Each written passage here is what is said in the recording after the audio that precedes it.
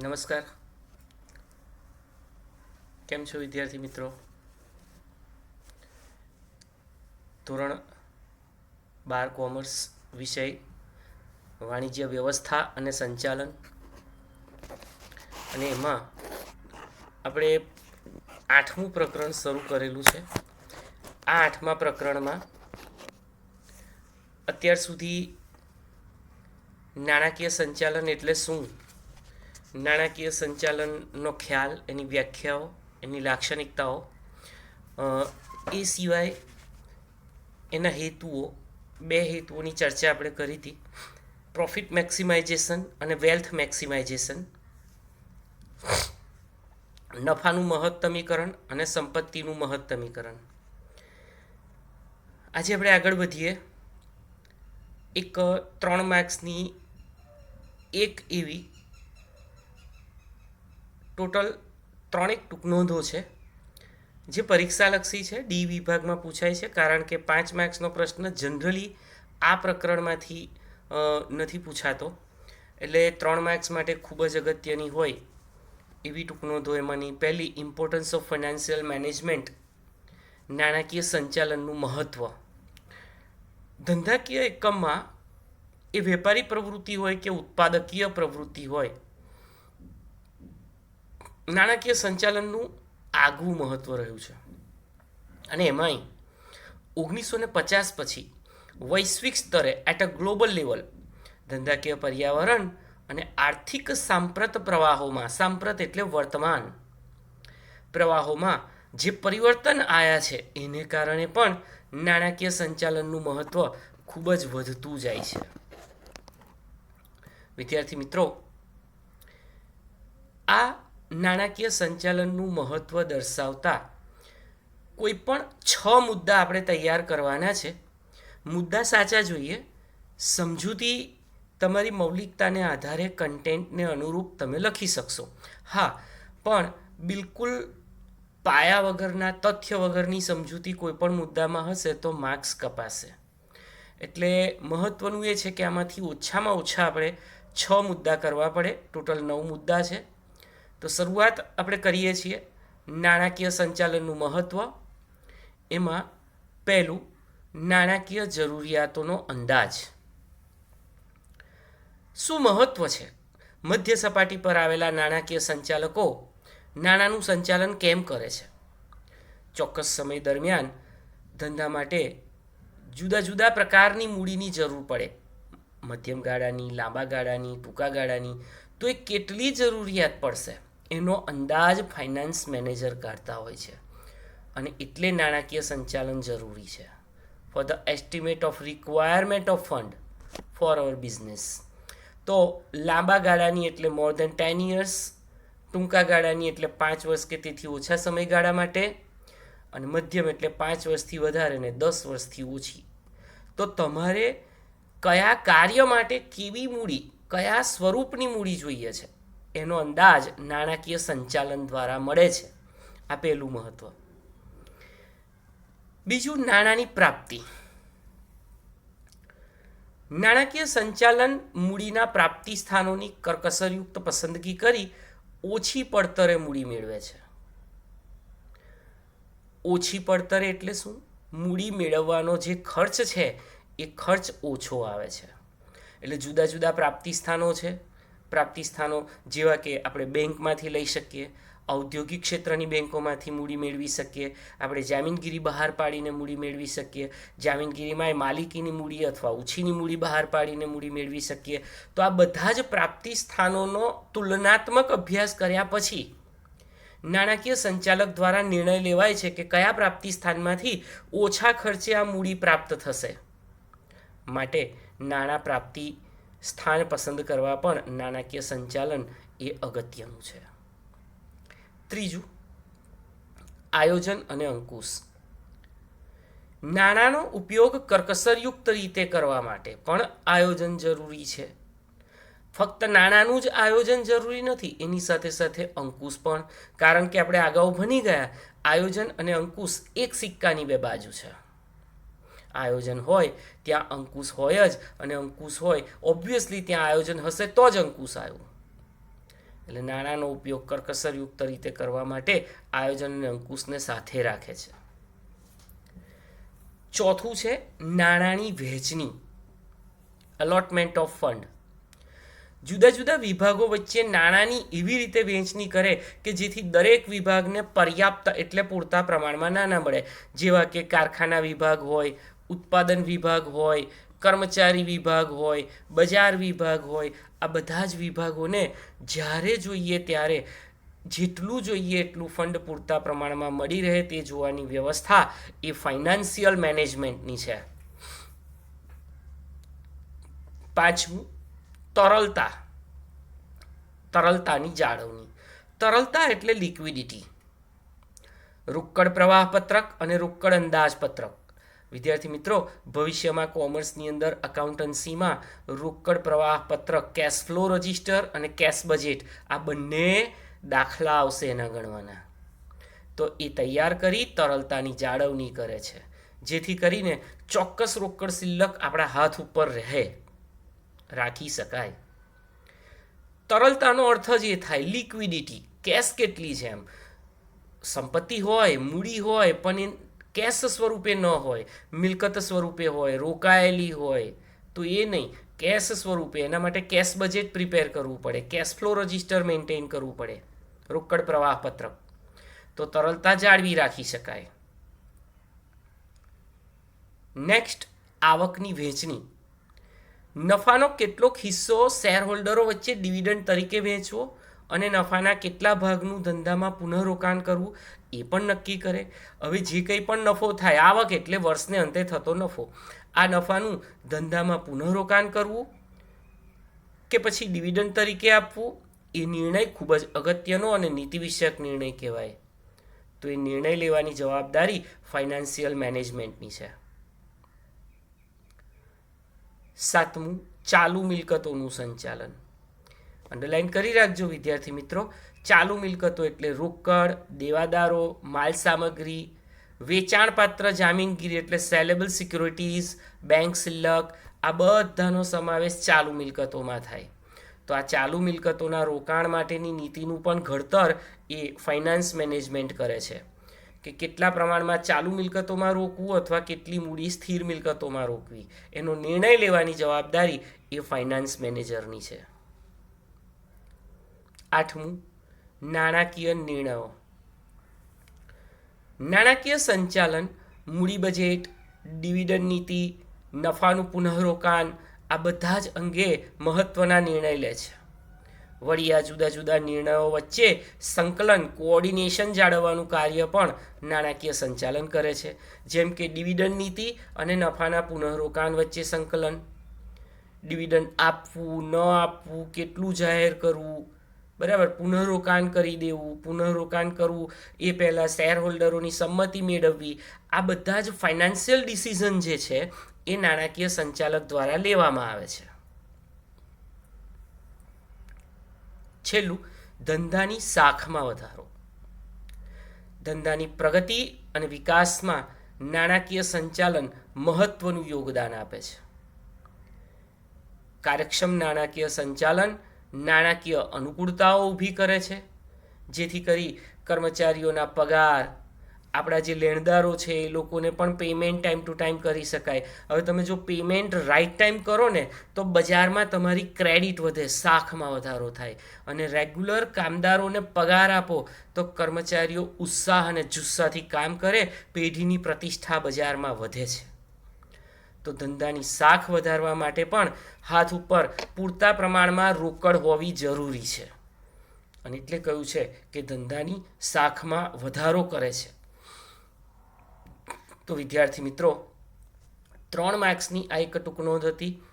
હું મુદ્દા રિપીટ કરું છું. પહેલું, નાણાકીય જરૂરિયાતોનો અંદાજ. બીજું, નાણાં પ્રાપ્તિ. ત્રીજું, આયોજન અને અંકુશ. ચોથું, નાણાંની વહેંચણી. પાંચમું, તરલતાની જાળવણી. છઠ્ઠું, આવકની વહેંચણી. સાતમું, ચાલુ મિલકતોનું સંચાલન. આઠમું, નાણાકીય નિર્ણયો. અને નવમું, ધંધાની શાખમાં વધારો. તો આ 9 મુદ્દામાંથી આપણે ઓછામાં ઓછા 6 મુદ્દા તૈયાર કરીએ અને જો ડી વિભાગમાં 6 મુદ્દાની પણ સાચી સમજૂતી આપીએ તો પૂરેપૂરા 3 માર્ક્સ મળવાપાત્ર બને છે. ખાસ કાળજી રાખજો વિદ્યાર્થી મિત્રો. એના પછી 9 મુદ્દો ફાઇનાન્શિયલ ડિસિઝન 8.2 નાણાકીય નિર્ણયો. વિદ્યાર્થી મિત્રો, નાણાકીય સંચાલન નાણાં કાર્ય સાથે સંબંધ ધરાવે છે અને એટલે જ એનું બીજું નામ નાણાં કાર્ય પણ છે. આ સંદર્ભે નાણાકીય સંચાલનમાં 3 પ્રકારના મહત્વના નિર્ણયો લેવાના હોય છે. એકચ્યુઅલી આ 3 પ્રશ્નો છે ધંધાકીય એકમ માટે કે નાણાંનો વહીવટ કરતી વખતે રોકાણ સંબંધિત નિર્ણયો, ધિરાણ સંબંધિત નિર્ણયો અને ડિવિડન્ડ સંબંધિત નિર્ણયો. આ ત્રણેય નિર્ણયો લેતી વખતે દીર્ઘદ્રષ્ટિ જરૂરી છે, અનુભવ જરૂરી છે, ચાતુર્ય જરૂરી છે. હવે જુઓ, આ 3 ટૂંકનોંધો છે આપણી પાસે.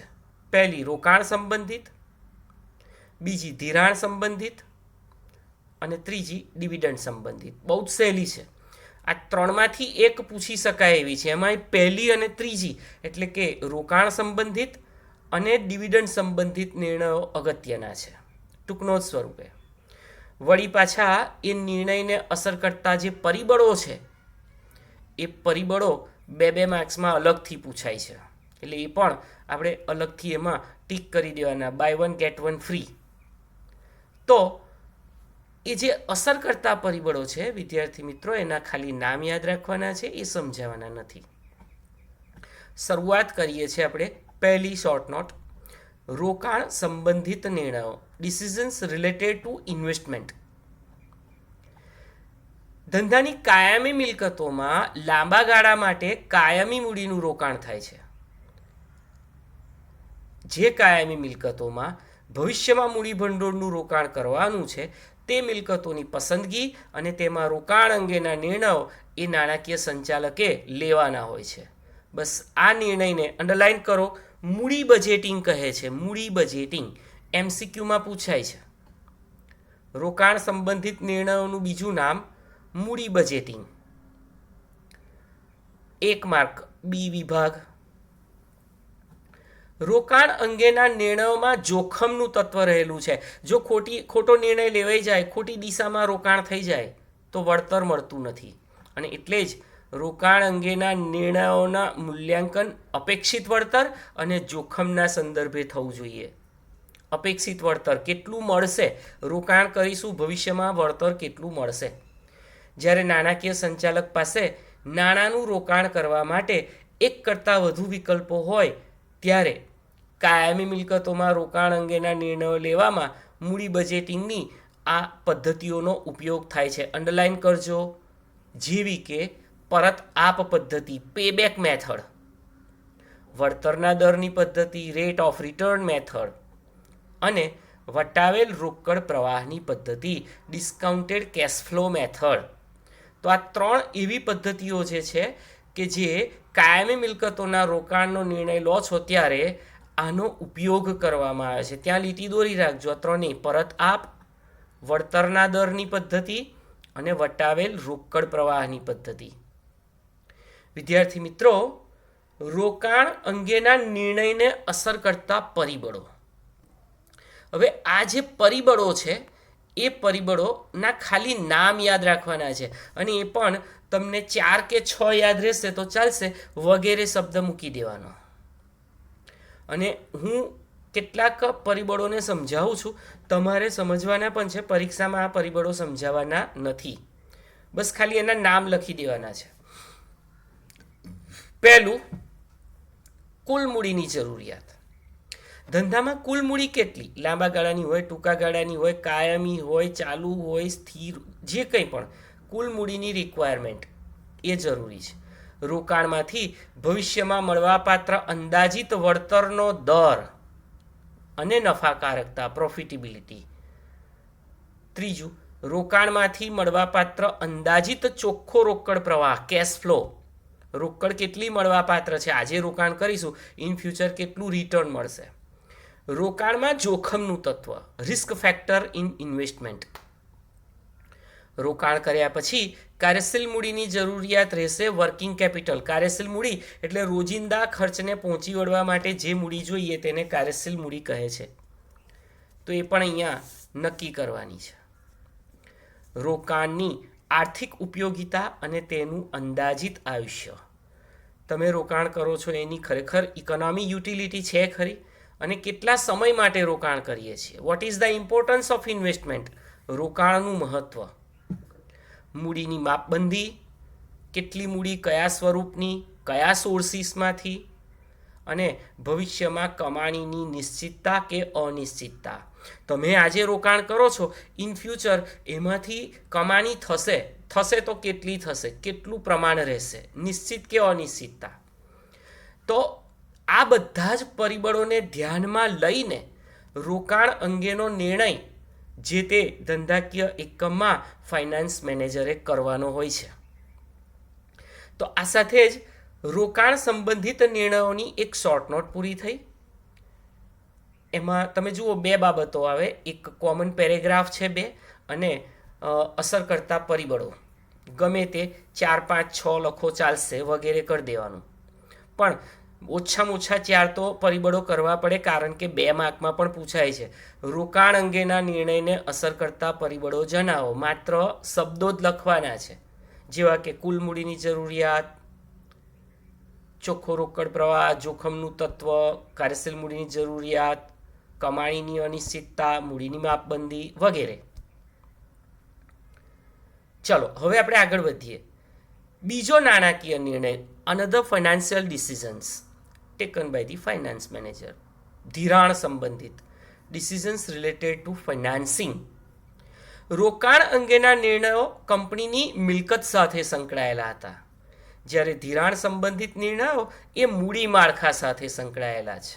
અંડરલાઇન કરજો, કંપનીનું મૂડી માળખું 4 સ્વરૂપનું બનેલું હોય. ફક્ત ઇક્વિટી શેરનું, એટલે ખાલી ઇક્વિટી શેર બહાર પાડે. બીજું, ઇક્વિટી શેર અને પ્રેફરન્સ એટલે કે પસંદગીના શેર. ત્રીજું, ઇક્વિટી શેર અને ડિબેન્ચર એટલે કે ઉછીની મૂડી, અને ઇક્વિટી એટલે માલિકીની મૂડી. અને ચોથું, ઇક્વિટી, પ્રેફરન્સ અને ડિબેન્ચર. તો આ 4 પ્રકારના મૂડી માળખા જોવા મળે છે, 4 સ્વરૂપના જોવા મળે છે. આ યાદ રાખજો.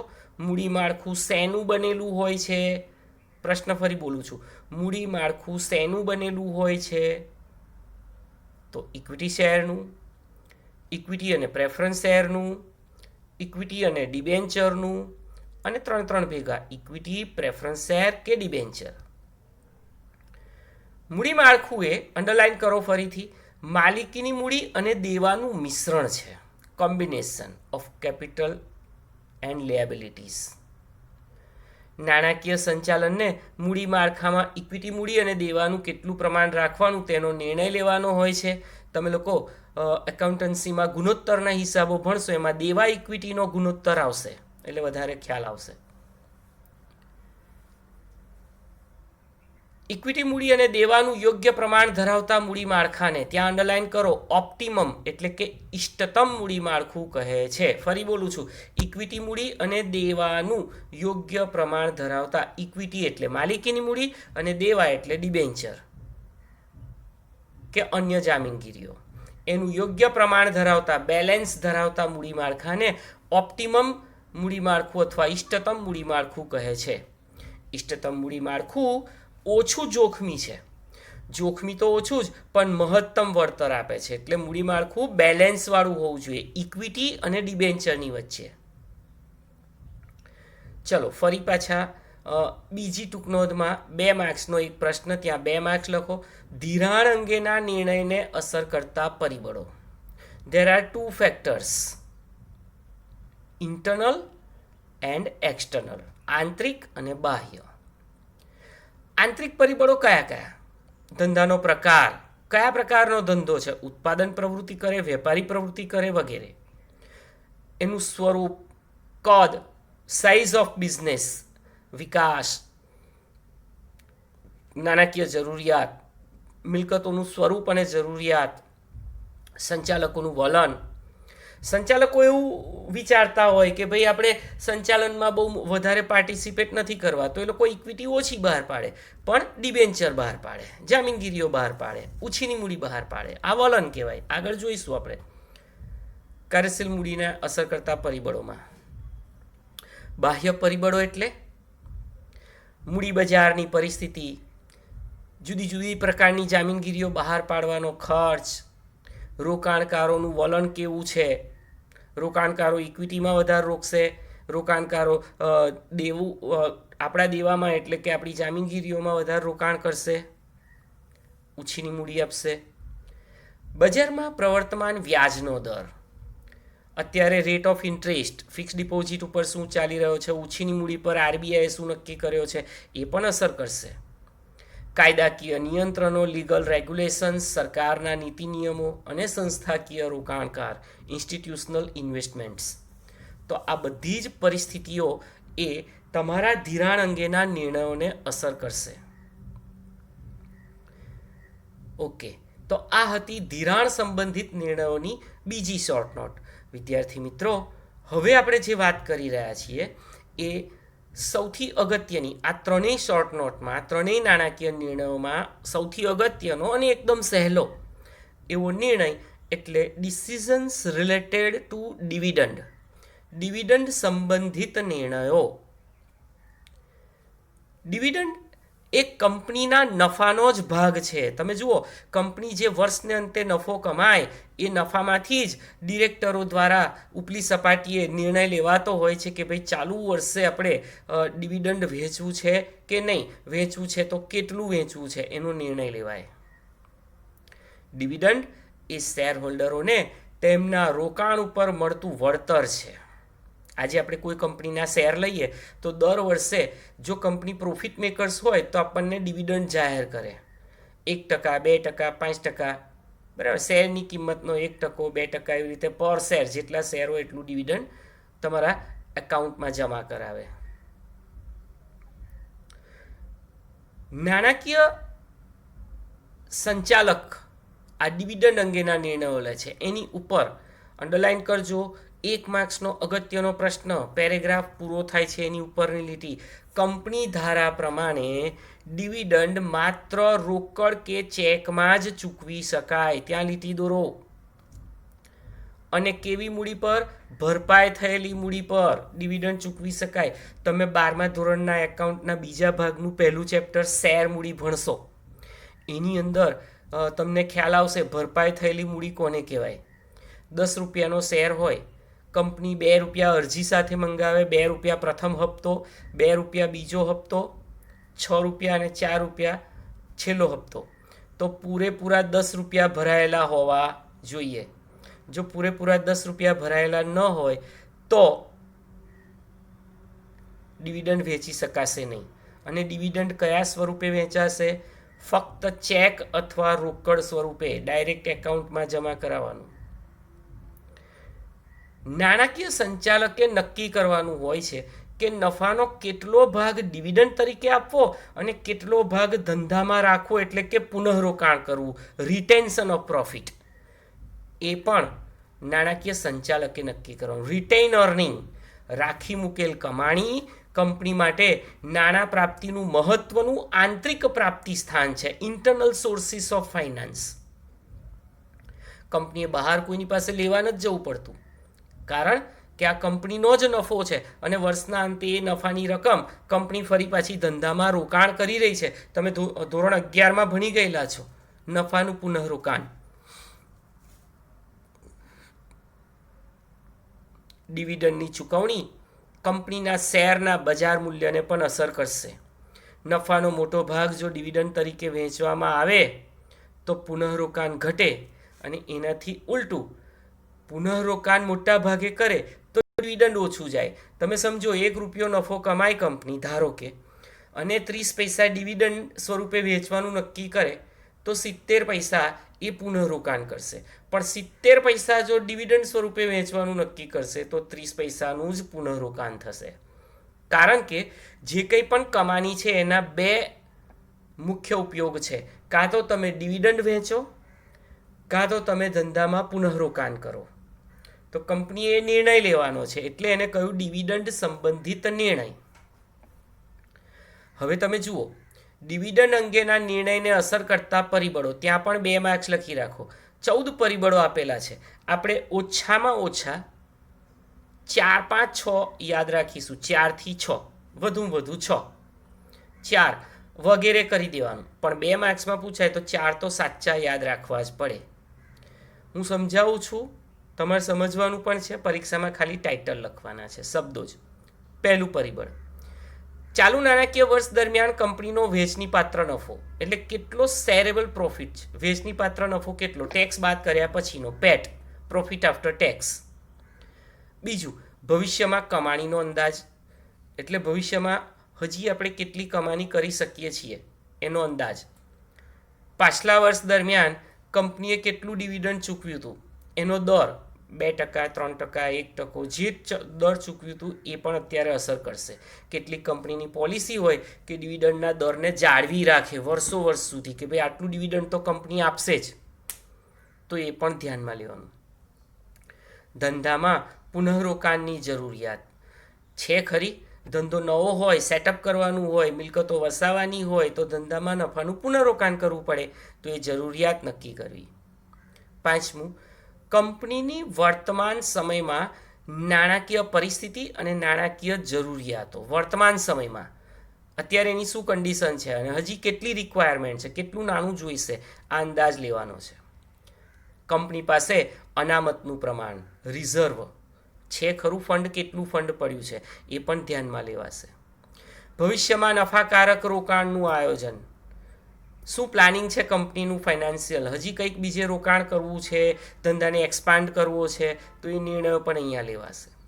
કંપનીના સંચાલકોનું વલણ કેવું છે, શું તેઓ શેર હોલ્ડરોને ડિવિડન્ડ સ્વરૂપે આપવા માંગે છે કે પુનઃરોકાણ કરવા ઈચ્છે છે. કરવેરા નીતિ, સરકારની ટેક્સ પોલિસી કેવી છે. કર છટકની, કર આયોજન, ટેક્સ પ્લાનિંગ, તો એ પણ અહીંયા ધ્યાનમાં લેવાનું છે. ધારાકીય નિયંત્રણો, રેગ્યુલેશન્સ, કંપની ધારાની જોગવાઈઓનું પાલન કરવું. કંપનીના શેર હોલ્ડરોની અપેક્ષા શું છે, એક્સપેક્ટેશન્સ ઓફ શેર હોલ્ડર્સ. એ તો એવું જ ઈચ્છે કે ભાઈ ડિવિડન્ડ આપો, કેમ કે એમને તો શેરમાં રોકાણ કર્યું છે, એટલે વધુ ને વધુ ડિવિડન્ડ મળે તેવા પ્રયત્નો એ લોકો કરશે, એવું જ ઈચ્છશે, તો એમની અપેક્ષા. મૂડી બજારની પરિસ્થિતિ, મૂડી બજારની પરિસ્થિતિ અત્યારે શું છે, બજારમાં તેજી છે, મંદી છે, મૂડીની ખેંચ છે, મૂડીની છૂટ છે, આ બધું ધ્યાનમાં લઈને જે તે ડિસિઝન અહીં લેવાનું હોય છે. કંપનીનો વિકાસ દર, ગ્રોથ રેટ ઓફ કંપની, પાછલા 2-3 વર્ષથી એનો રેટ કેવો રહ્યો છે, મેન્ટેન થયો છે, વધતો જાય છે કે ડિગ્રેડ થયો છે, એ પણ જોવું પડશે ડિવિડન્ડ આપતા પહેલાં. અને 14મું, કંપનીની તરલતાની પરિસ્થિતિ, લિક્વિડિટી સિચ્યુએશન ઓફ કંપની, એટલે કે કેટલા પ્રમાણમાં મૂડી એ કાયમી મિલકતોમાં રોકાયેલી છે, મિલકતો સ્વરૂપે છે, અને કેટલા સ્વરૂપમાં, કેટલા પ્રમાણમાં રોકડ સ્વરૂપે છે, એટલે કે કેશ ફ્લો રજિસ્ટર અને કેશ બજેટથી આની ખબર પડશે. તો કંપનીની તરલતાની પરિસ્થિતિને આધારે પણ ડિવિડન્ડ અંગેનો નિર્ણય જે તે કંપનીના માલિકો અને સંચાલકો, નાણાકીય સંચાલકો લેતા હોય છે. તો વિદ્યાર્થી મિત્રો, આ રીતે ડિવિડન્ડ અંગેના નિર્ણયને અસર કરતા પરિબળો કોઈ પણ 5-6 યાદ રાખીશું તોય ચાલશે, જેવા કે કંપનીનો વહેંચણીપાત્ર નફો, ભવિષ્યમાં કમાણીનો અંદાજ, પાછલા વર્ષે ચૂકવેલ ડિવિડન્ડ, નફાને પુનઃરોકાણની જરૂરિયાત છે કે નહીં, નફાકારક રોકાણનું કોઈ આયોજન, કંપની પાસે અનામતો કેટલી છે, કરવેરાના નિયંત્રણો, નીતિઓ, ધારાકીય નિયંત્રણો, કંપનીના શેર હોલ્ડરોની એક્સપેક્ટેશન્સ શું છે, મૂડી બજારની પરિસ્થિતિ, કંપનીનો વિકાસ દર અને તરલતાની પરિસ્થિતિ. તો આ પ્રમાણે આજના આ સેશનમાં આપણે 4 શોર્ટ નોટની વાત કરી. પહેલી, નાણાકીય સંચાલનનું મહત્ત્વ, જેના કોઈ પણ 6 મુદ્દા મેં તમને કહ્યા જ છે કરવાના.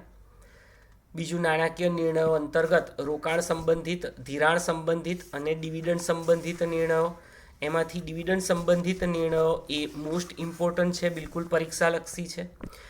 આ જે ટૂંક નોંધો જોઈએ એમાંથી રોકાણ સંબંધિત અને ડિવિડન્ડ સંબંધિત આ 2 શોર્ટ નોટ તમારા સ્વાધ્યાયના ચોથાનો ત્રીજો પ્રશ્ન છે. 3 માર્ક્સની 2 ટૂંક નોંધો જુઓ 98 નંબરના પેજ ઉપર. આજે જે પ્રશ્નો જોયા એની અંદર નાણાકીય સંચાલનનું મહત્વ 5માનો પહેલો, આ 2 શોર્ટ નોટો, એની આગળ ઇષ્ટતમ મૂડી માળખું એટલે શું, માલિકીની મૂડી દેવાનું મિશ્રણ, રોકાણ અંગેના નિર્ણયને અસર કરતા પરિબળો, જે પહેલી શોર્ટ નોટ છે રોકાણ સંબંધિત, એની અંદર કુલ 9 પરિબળો છે, એમાંથી 4 પરિબળો મેં તમને એવું કહી રાખ્યું છે. અને એ સિવાય તમે જુઓ શેર હોલ્ડરોને ડિવિડન્ડ કયા સ્વરૂપે ચૂકવી શકાય. 97 નંબરના પેજ ઉપર 5મો પ્રશ્ન પૂછાયેલો છે ભાઈ બોર્ડમાં, પણ રોકડ સ્વરૂપે કે ચેક સ્વરૂપે આવું આપણે લખીશું. બરાબર છે. તો આજના આ જેટલા પ્રશ્નો આપણા ઓબ્જેક્ટિવ ટાઈપ અને મોટા પ્રશ્નો હોમવર્કમાં છે એ લખવાના છે, સ્વાધ્યાયમાં પણ આપેલા છે. અને હવે પછી આપણે આગળ વધીશું. મૂડી માળખું એટલે શું, કેપિટલ સ્ટ્રક્ચર, એની અર્થ, વ્યાખ્યા અને આદર્શ મૂડી માળખાના લક્ષણો તેમજ પ્રકારો. Thank you.